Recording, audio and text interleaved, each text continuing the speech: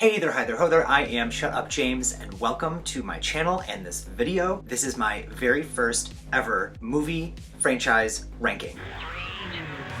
Shut up, James! I'm very excited. So with the release of Scream 6, I figured this is the perfect time to rank these movies, and there's not that many of them, so this is a great way to get my feet wet with this movie ranking situation. Now I can tell you right now, I will not be spoiling any specifics from Scream 6, so you can watch this ranking, rest assured that any descriptions I give of the movie will be very vague. I will, however, probably be giving away a lot of spoilers from the first 5 movies because they've been out for a minute. 5 only came out last year, but you gotta get on the ball with these things. Now the way this video is gonna work is I'm gonna count down, starting from my least favorite in the franchise and going to my top favorite of the franchise, because that's how rankings work, right?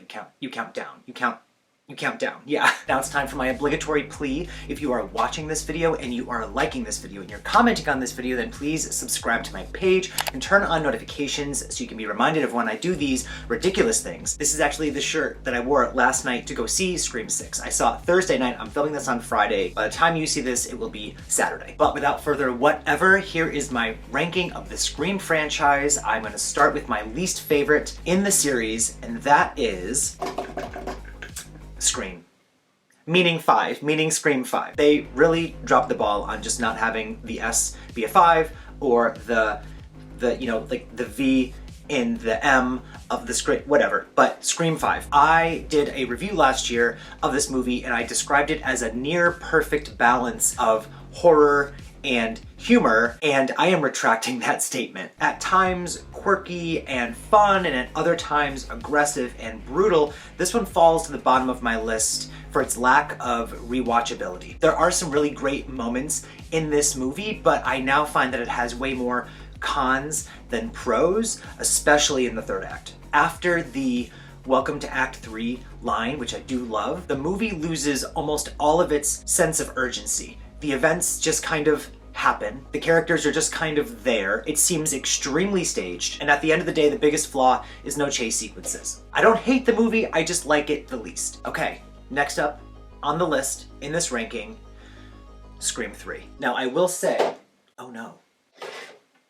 Apologies. Now I will say that from this movie on, I actually love them all. I actually really highly enjoy every single installment in this franchise for many different reasons. So Scream 3 is definitely a genre shift, heavily leaning into the meta and Scooby-Doo mystery instead of the horror and suspense that defined the first 2 films, but it still gives us really iconic moments and dialogue and is a very fitting conclusion to that trilogy. The door opening and Sydney looking at it and smiling and walking away, it's very poetic. It does seem out of place, however, in the franchise, and I think that's because the characters are the most unrelatable, being in Hollywood instead of suburbia. Watching a bunch of has-been movie stars get attacked in their luxurious Los Angeles homes doesn't have the same punch as watching your neighbor get butchered, you know? But this is the movie that gave us Parker Posey's Jennifer Jolie, and for that I will be eternally grateful. Are you gonna help Gail Weathers or not? Who are you, a reporter for Woodsboro High? Alright, next on the list is Scream 4. Absolutely ahead of its time in terms of social media's hold on a younger generation. This movie gives us probably one of the most iconic Ghostface reveals with Jill. Most likable side character since maybe Tatum in the first movie and Randy in the second movie with Kirby. And up until that time, easily the most brutal Ghostface in the franchise. Overall, the whole thing's a lot of fun, very gory. Structurally, it's kind of all over the place. And the third act is mostly good, but why does Sid not ever fight back against Jill? She just kind of stands there while Jill gives her monologue. Why does Dewey not support Gail for the whole movie? Why is no one working in that hospital at the end? But overall, a lot of fun. A lot of fun. And it gives us some of the most iconic, I guess the whole franchise gives us iconic dialogue, but stuff like "Don't fuck with the original." Your lemon squares taste like ass. I've heard people say that they think Sydney was useless in this movie, and I think the total opposite. This is peak Sydney Prescott, I think, is Scream 4. You go back here. Okay, so we are down to the top 3. We're up to the top 3. We're in the top 3. The next movie on my ranking is going to be Scream 6. Is this a controversial decision? I don't think so, because I've talked to a lot of people that are also putting it in as like number 3 in their list. Number 3 or number 4. Scream 5 walked so that this movie could run. Brutal, fun, it pays respect to past installments and killers and survivors while also paving the way forward for something new and fresh. And any mistakes made in the past movie are greatly redeemed in this one, in my opinion. Twisty opening, check. Throwbacks to the previous movies, check. Brutal kills and very intimidating Ghostface, check. This is what Randy meant when he said carnage candy. Your core audience just expects it. Okay, number 2 on the list, and this should be no surprise, is Scream 2. A fun meta slasher that pokes fun at the horror genre while simultaneously redefining it. It elevates the material and doesn't disrespect our returning characters. A sequel that says sequels suck? Genius. The opening isn't as brutal or as sad as the original, but it instead doubles down on being extremely clever and sharp. Pun intended. The soundtrack, the character growth, a loose end here and there, but it doesn't hurt the overall experience. And that movie poster.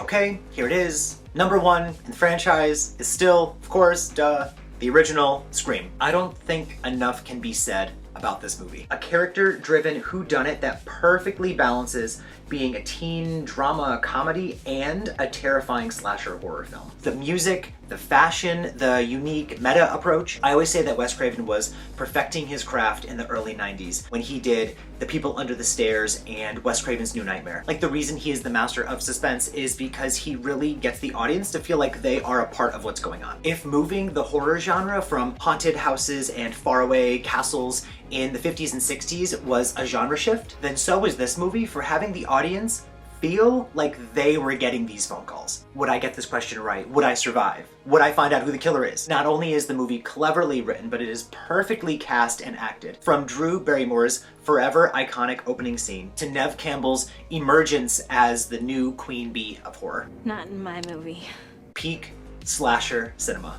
This movie, the whole franchise. And that is it. That is my ranking of the Scream movies thus far. One thing I did want to also call out that I didn't mention at all in any of the descriptions of the movies is the voice of Ghostface himself, or themself. Ghostface. Ghostface's voice actor, Roger Jackson. This man's voice is so intimidating. But have you ever noticed that it changes and his tone and overall phone presence adjusts per movie based on who the killer is? I don't think he gets enough credit for that. Like in the first movie, obviously he's establishing the character, but like obsessed with horror movies to the point of getting creepily excited when the characters get the questions wrong. Because, you know, booga, you die. In Scream 2, do you notice more of like a flamboyant, like, it's time, girlfriend? And then you find out that the killer is Mickey, who is very, like, over the top with how he acts and talks in his 90s lingo. In the third movie, he's much more presumptuous, very Roman Bridger. In 4,